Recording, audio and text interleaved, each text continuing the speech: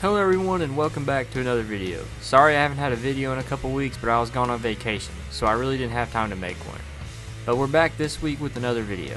Today I will be putting every full-time NASCAR Cup Series driver into a tier list, and giving my honest opinion about every driver.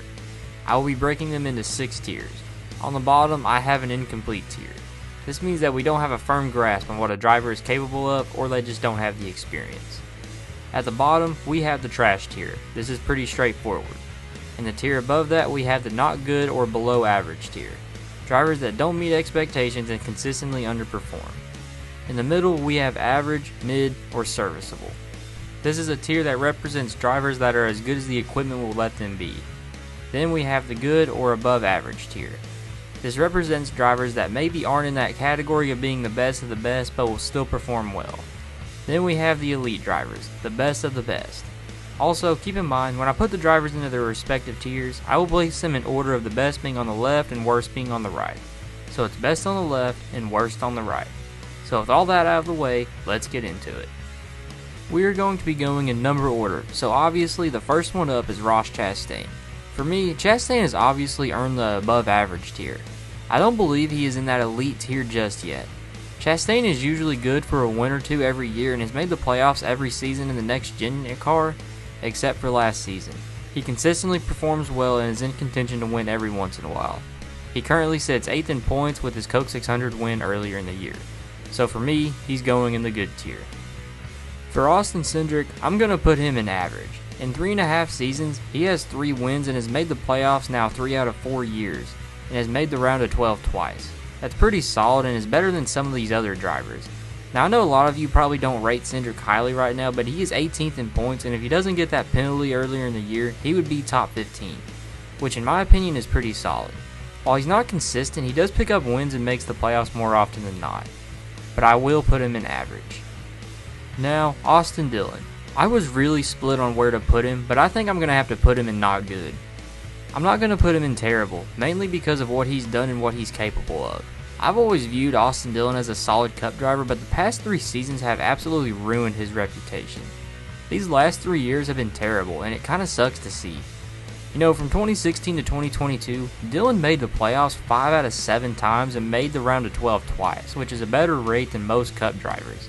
And believe it or not, when he and Tyler Reddick were teammates, Dillon had a better average finish and was statistically better. Now, he is running better this season than he has in the last 2, but it's still not up to his usual standards.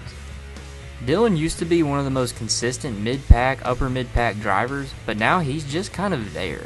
So I'm just going to put him in not good. For Noah Gragson, I think he's going to have to go in incomplete.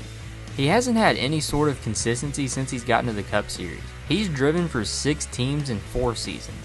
In 2022, he was splitting time in the 16 colleague car and also had to fill in for Alex Bowman when he got injured, and also made a start for the 62 Beard car.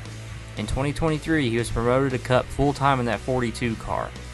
He was set up for disaster. That car was barely top 30 the year prior with a seasoned veteran, so it obviously wasn't going to go well with a rookie. And Noah had the rookie season from hell. It was unfairly dropped. In 2024, he signed with a dying SHR, and now he's on an expansion team with Front Row. He just hasn't had any consistency in his cup career, so I don't think it's fair to give him a grading. Now the driver of the 5, Kyle Larson. Larson obviously has to go in elite. In my opinion, the best driver in the series, and to the people saying he's in a slump right now, those people are full of crap. Let's look at his supposed slump. A solid 8th place finish at Nashville, a 5th at Michigan, 36th at Mexico City where he got wrecked due to no fault of his own. 7th at Pocono, 17th at Atlanta, and 13th at Chicago. In 6 races, 1 top 5, 3 top 10s, a 14.3 average finish. Larson is 3rd in points, so it's not like he's been terrible. He's definitely not in a slump either. Larson is still elite, and it's only a matter of time before he wins again. Brad Keselowski is another one that's kind of hard to judge. Right now, he's having the worst season of his career since his rookie year, and it's actually worse than his rookie year. But I'm not going to let one bad season overshadow the past 2 decent seasons. For all we know, this is just a down year and a reset. Maybe he'll be good again next year. But I think for right now, I'm still going to put him in above average, mainly because I feel like he's just having a down year and that he'll rebound next year. Now if he continues this slump in the next season, we'll drop him, but for now, above average. Justin Haley is definitely an interesting one. He ran a lot of races with Spire and won the 2019 Daytona Summer Race, but since he's gotten to go full-time in Cup, he hasn't done much. But I can't say I blame him. In 2022 and 23, he was with Colleague and just kind of ran mid-pack, which is about where that team is. You know, in 2024, he moved to Rick Ware, and to be fair, he had that 51 car in places it really shouldn't have been. I remember the Iowa race. He was right there in the top 10 for a lot of the day, and he got a top 10 at Gateway and Darlington. He impressed in that ride, and then he got traded to Spire. Coming into this season, there was a lot of hype surrounding him because he was paired with Rodney Childers, a championship-winning crew chief. And in the 9 races they were together, he ran solidly. He got a top 10 at Homestead, 5 top 20s, and had an average finish of 20.2 in 9 races. Since they let Childers walk, he's only had 2 top 20s in 10 races, and his average finish has plummeted to 24. Right now, he's 31st in points. I don't think this is on him because his team has been different every week. So I really can't fairly judge him, but I am going to put him in average. For Kyle Busch, I think it's fair to say he's had a rough few years. His RCR tenure started great, but since his last win, he's been disappointing by his standards. We still see the Kyle Busch of old pop out sometimes, like this past weekend at Chicago. He was able to rebound and salvage a good finish. That's the Kyle Busch we want to see. But the reality is that he doesn't have the car that allows him to be the old Kyle Busch. RCR has taken a nosedive, and unfortunately Kyle Busch is just along for the ride. But I still believe Kyle Busch is a good driver, and after all, he's still 16th in points in a mid-RCR car. So for Kyle, I'm going to put him in above average behind Chastain, but ahead of Keselowski. Chase Elliott, I still believe he's elite. I made a video on him a couple weeks ago stating why I believe this. Elliott doesn't win as much as he used to, but he's still really consistent and stays out of trouble. I mean, he has the best average finish in the next-gen era, and right now he's 2nd in points. Now, do I think he's better than Larson? That's debatable. Elliott is more consistent, but I think in terms of raw talent and overall pace, Larson is better right now. Elliott is still going in elite, but right behind Kyle Larson. Ty Dillon is going in the same tier as his brother. He is just incredibly boring. He's made over 250 starts and has always been the same guy. He shows up, runs 23rd to 30th every week, keeps the car out of trouble, and finishes 25th. That's what Ty Dillon has always been, and that's what he always will be. But I will say, it's cool to see him advance into the round of 8 in the in-season challenge, so I will give him credit for that. Denny Hamlin is elite. I thought he would regress this year with the departure of Chris Gabehart, but he proved me wrong. He's won 3 races this year and is top 5 in points. Now, a lot of people hate on him and make fun of him because he hasn't won a championship, which is fair, but I don't view it that way. Hamlin has accomplished more in NASCAR than what 99% of drivers could ever hope to. Almost 60 wins is something that's just remarkable, and Hamlin deserves to be praised for that. So Hamlin is going in elite, but not the best, because I'm going to put him right behind Kyle Larson. Now, I'm going to upset some people, but Ryan Blaney, he's a little overrated. All I ever hear is that he's one of the best in the Cup Series and that his talent is among the greatest. But when you kind of step back, he's really just a solid Cup driver, which isn't a bad thing, but I don't believe he's elite. Now, I know someone's going to say, well, he won a championship. At the time, that was statistically the single worst championship winning season of all time. Not to mention, but he's also just incredibly spotty and inconsistent. And really, the only tracks he shows any kind of elite pace are flat tracks and super speedways. But Blaney is still a really good driver, consistently wins a race or 2 every year and makes the round of 8 consistently. So I'm still going to put him in good, but not quite elite.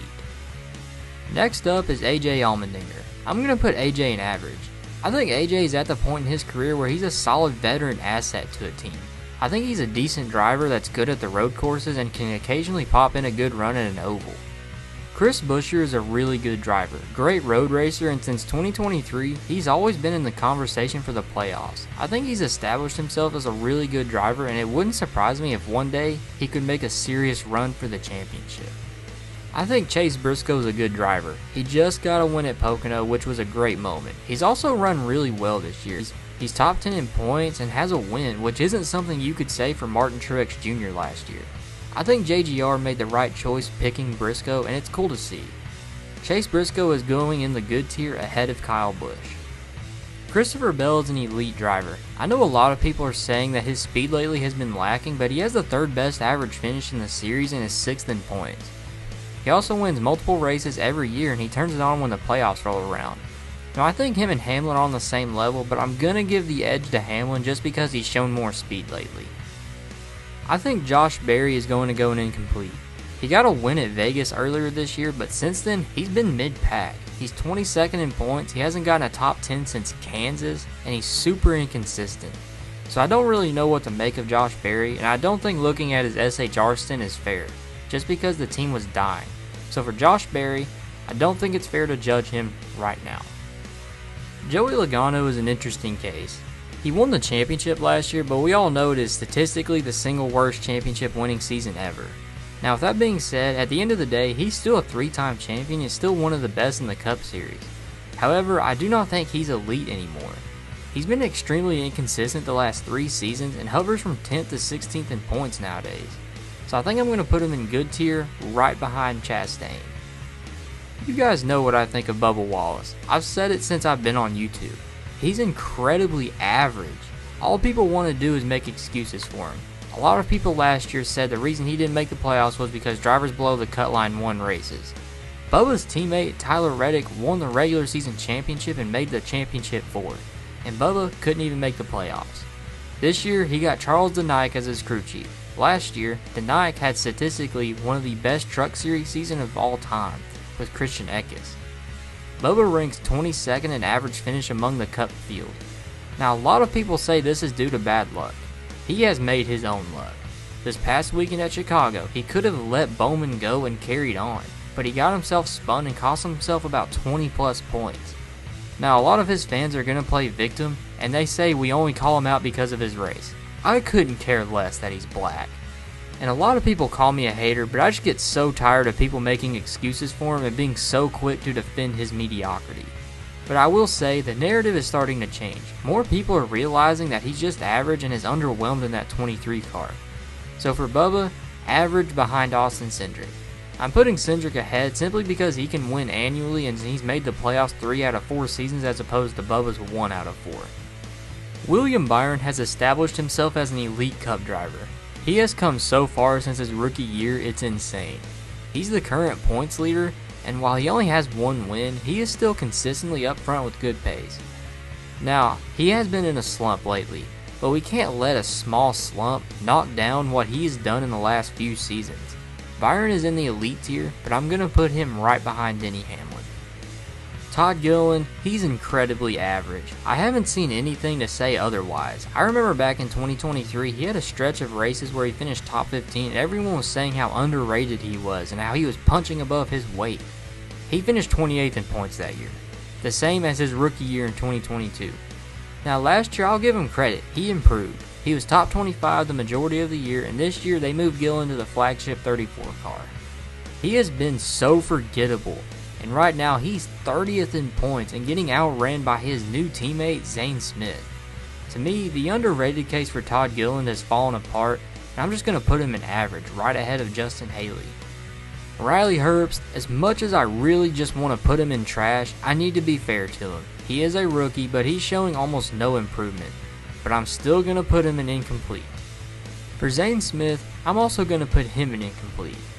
Last year, he was on an expansion team with Spire, but he did improve over the course of the season and ended the season better than his veteran teammate Corey LaJoie. This year, he's actually running pretty solid. He has a 19.3 average finish, which is 19th in the series, which is better than what either front row car got in 2024. So I like what I'm seeing out of Zane Smith, but I don't think we have enough yet to confidently put him anywhere. Cole Custer, I just don't think he's a good Cup driver. In his 3 previous years in Cup, he really wasn't that good and showed little to no improvement. Now that he's back, he hasn't really done anything. He has 1 top 10 at a road course and he's 34th in points, only ahead of Riley Herbst and Cody Ware. So he's going in the not good category ahead of Ty Dillon. John Hunter, I think he needs to go in incomplete. You know, he made it to Cup in 2020, driving for front row, dropped back down to the lower series, and now he's back in Cup. Last year, let's be real, that was a colossal disaster. It was awful, and I don't think Legacy really knew what they were doing, but this year they have improved massively. John Hunter is top 20 in points, looks like a solid Cup driver. But I'm still going to put him in incomplete, just given the fact that we don't really have enough historical data to judge him. For Erik Jones, the same thing kind of applies what I said about Nemechek. He improved from last year and now is top 20 in points and is really consistent. Jones is a veteran of the series and he has 3 wins. Now where would I put him? I think I'm going to put him in average, but I'm going to put him ahead of Bubba Wallace. I believe Jones is a better driver and he's doing more with lesser equipment and he has a better average finish.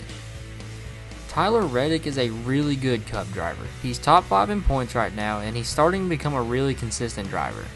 I remember when he used to be inconsistent. He'd win a few races but was so inconsistent and made so many unforced errors, but the last couple of years he's got it under control. Last season he won the regular season championship. This year, while 23-11 has regressed a little bit and he still hasn't won, he's still really consistent and like I said, he's top 5 in points. For Reddick, I don't think he's done enough yet to warrant an elite tier status, but I'm going to put him in the front of good. I think Ricky Stenhouse Jr. is a little underrated. Now a few weeks ago I made a short that was full of my hot takes. One of them was that if Ricky started his career on a better team, he'd have 20 wins and a championship by now. Now look, the championship part, I threw in to add some spice to the video. I mean, it's literally called 1 minute of NASCAR hot takes. I think the championship was a stretch, but I don't think 20 wins was a stretch. Ricky started his career on Roush. Roush was a terrible team in the 2010s. The first 3 seasons of Ricky's career was incredibly mediocre, but that's mainly down to the team, and he was developing. In 2016, he started to turn it around. He improved and was the highest finishing driver in points amongst his teammates. In 2017, he won a couple of races and was able to hang around the top 15 in points that year. In 2018, he was actually really solid, but this was overshadowed by him causing 2 big wrecks at Daytona. Now in 2019, he had a down year, but in 2020, he moved to JTG. From 2020 to 2024, he's been solid. That car since 2020 has ranked 29th in overall speed. A car that should be running almost 30th every week, and Stenhouse has that car contending for a playoff spot. That's impressive to me, not to mention he's kind of done what Chris Buescher did in that car when he drove it. And we view Chris Buescher as a really good driver. So I do think Stenhouse punches above his weight, but I think he's just average. I'm going to put him in front of Todd Gilliland, but I would love to see Stenhouse go to a better team just to see what he could do. Alex Bowman to me is a slightly above average who at times is really good. Bowman is one of those drivers you see what they can do, but they don't do it consistently. I do think Bowman is a good driver. He's made the playoffs every year he's been with Hendrick except 2023, a year he was injured. He has won a race most seasons he's been with HMS. He is statistically Hendrick's best 4th driver they've ever had. So Bowman is going in ahead of Keselowski in the good tier. Cody Ware, the dude's awful. He's made over 120 starts and has shown no improvement. Last year, Justin Haley, who I believe is an average level Cup driver, had that 51 car contending for the top 20 on an almost weekly basis. Cody Ware has struggled to finish top 30. He's been awful since he's been in the Cup Series. There's just nothing else to it. I don't really know how I feel about Ty Gibbs. His rookie season wasn't the greatest, but he improved over the course of the year. Last year he made the playoffs, but this season they gave him a new crew chief, and he started this season terribly. But he had a crew chief swap and has some new members on his team and has clawed himself back into the top 20 in points. Now he is going to need a win to get himself in the playoffs, but he is running better. But I think I'm just going to put him in average right in front of Stenhouse. Ryan Preece is a driver I was definitely wrong about heading into this season. I thought that since he was on an expansion team that he would struggle, but he's done really good. He's 10th in average finish and is 2 points outside the playoffs. However, I'm going to put him in average behind Stenhouse. Him and Stenhouse were teammates for 2 years, and Stenhouse simply put, cooked him. Also, I'm not going to let one good season mask basically 5 mediocre ones. But if he does keep up this performance heading into future seasons, I will bump him up in the rankings. Michael McDowell is a decent Cup driver. He consistently outperforms his equipment whether it was front row or spire. He always performs well. He has that 71 car 23rd in points and is doing pretty good in it. So for McDowell, I'm going to put him in front of the average category. Hocevar, I'm going to put him in incomplete. While he has been showing flashes and has immense potential, he wrecks so much. His average finish of 22.5 is 29th in the series. That is terrible. Now I do think that somewhere down the line we are going to see him contend for wins, but right now I think we need to give him an incomplete. For SVG, I'm also going to put him in incomplete. It's his first full season. Now while he is good on road courses as he now has won the last 2, he needs to improve on ovals. Now lastly, Daniel Suarez. I feel like Suarez has gotten worse every year, and this year he's just not performing. I hate that he lost his ride for next year, and I don't think it's the right call to promote Zillich right now. I think they should have just kept Suarez another year and then promoted Connor. But I'm not in charge. I do understand it and I get why they're booting him, but I still hate it for him. Suarez has hit his ceiling and likely won't improve, so I'm going to put him in average ahead of Todd Gilliland.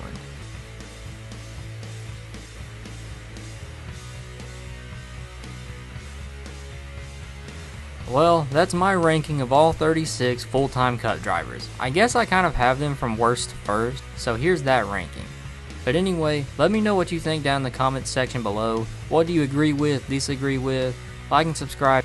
Keep in mind, I am recording this on Monday the 7th, but I checked this morning and I'm at 2,992 subscribers. So I don't know if I'm going to hit 3,000 before this video comes out, but if I do, thank you guys so much for helping me reach 3,000. It means a lot, and I really couldn't do this without you guys, so thank you very much.